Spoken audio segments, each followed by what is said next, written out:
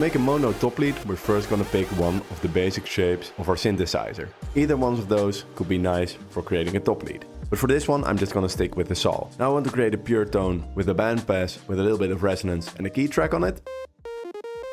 And to really make this resonant and pure, we're gonna add a distortion. I like using the hard clip, opening it up all the way, a little bit of pre-filter, and then playing around with the resonance to make it even more pure.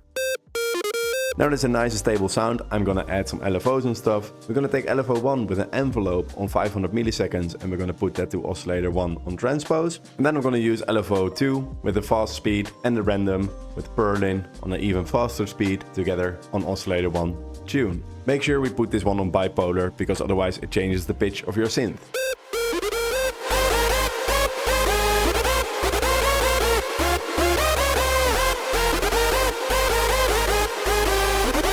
Now to create some support for our top lead, we need to add some hypersaw layers that will make it a little bit more stereo. Personally, I don't really like pitching the melody up or down compared to my top lead, so I like to do that in the synthesizer. With this hypersaw, we're gonna stay a little bit lower, but we're gonna put one oscillator up by 1 octave. Now hypersaws are really easy to make. We can just crank up the voices and start detuning them until it sounds right. Now if we had a low pass filter for all oscillators with a little bit of drive, we can make it more gritty.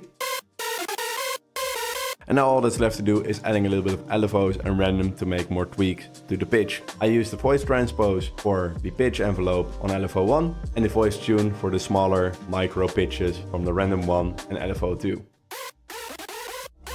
And now you want to do this process twice. Add another layer with a lot of hypersaws, but this time add 2 oscillators with 1 octave up. So it becomes a little bit more higher. Add these LFOs and randoms on the pitch of your synthesizer and then you could get a nice stereo part for your top lead. The beauty of hardstyle leads is that once you know how to make a hypersaw, you can actually create lots of different layers for your leads, such as these chords. This is basically just a hypersaw with some different detuning, putting the LFOs and envelopes on the pitch again, and with changing those settings you can create different layers. To create different tones for your chord layers, you could also pitch some notes down and some other ones up, and then we have these lower chords which are more body, and these higher ones. And all these chords help to create more size to our leads.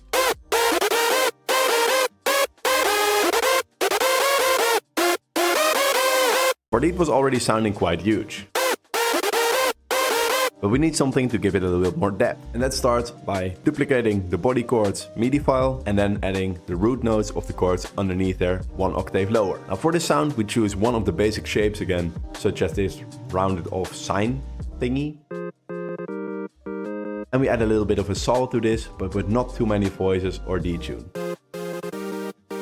Remember of course how LFO 1 on the envelope mode can go to the voice transpose and LFO 2 on the voice tune to make more of a texture in this sound. And now listen what this does to the sense of depth in this lead.